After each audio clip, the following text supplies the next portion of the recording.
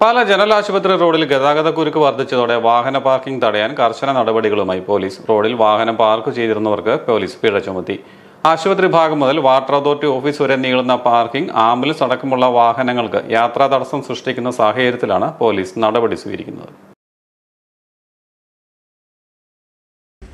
KM Mani ബൈപ്പാസും Ponkunnam പാലം ജംഗ്ഷനുമായി ബന്ധിപ്പിക്കുന്ന റോഡിന് 1 കിലോമീറ്ററിൽ താഴെ മാത്രമാണ് നീളം.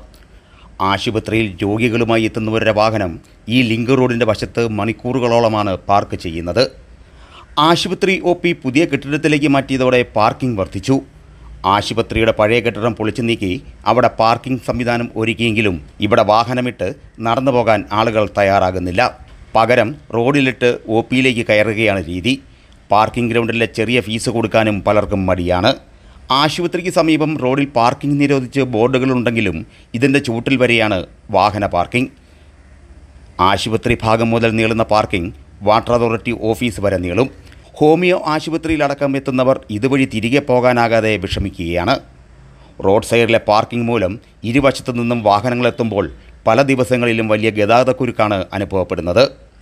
അതായത് പാർക്കിംഗ് എല്ലാം അവിടുന്ന് വണ്ടിയൊക്കെ ഇപ്പോൾ എടുത്തുകൊണ്ട് പോയി. ഇപ്പം ഓരോ മെറ്റിക്കേഷൻ കൊടുത്തുള്ളൂ, എല്ലാം എടുത്തുകൊണ്ട് പോയി, എല്ലാം കൊടുക്കുന്നുണ്ട്. എല്ലാം ഇവിടെ ട്രാഫിക് സുഗമമാക്കുക എന്നുള്ളതാണ് നമ്മുടെ പ്രധാനപ്പെട്ട.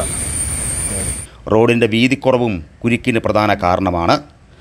ആംബുലൻസുകളടക്കം കടന്നു പോകുന്നതിനും റോഡിൻ്റെ വീതിക്കുറവ് തടസ്സമാവുകയാണ്. ഈ റോഡിൽ പാർക്കിംഗ് അനുവദിക്കില്ല എന്ന് Pala traffic SI Suresh Kumar B പറഞ്ഞു. Star vision news, Pala.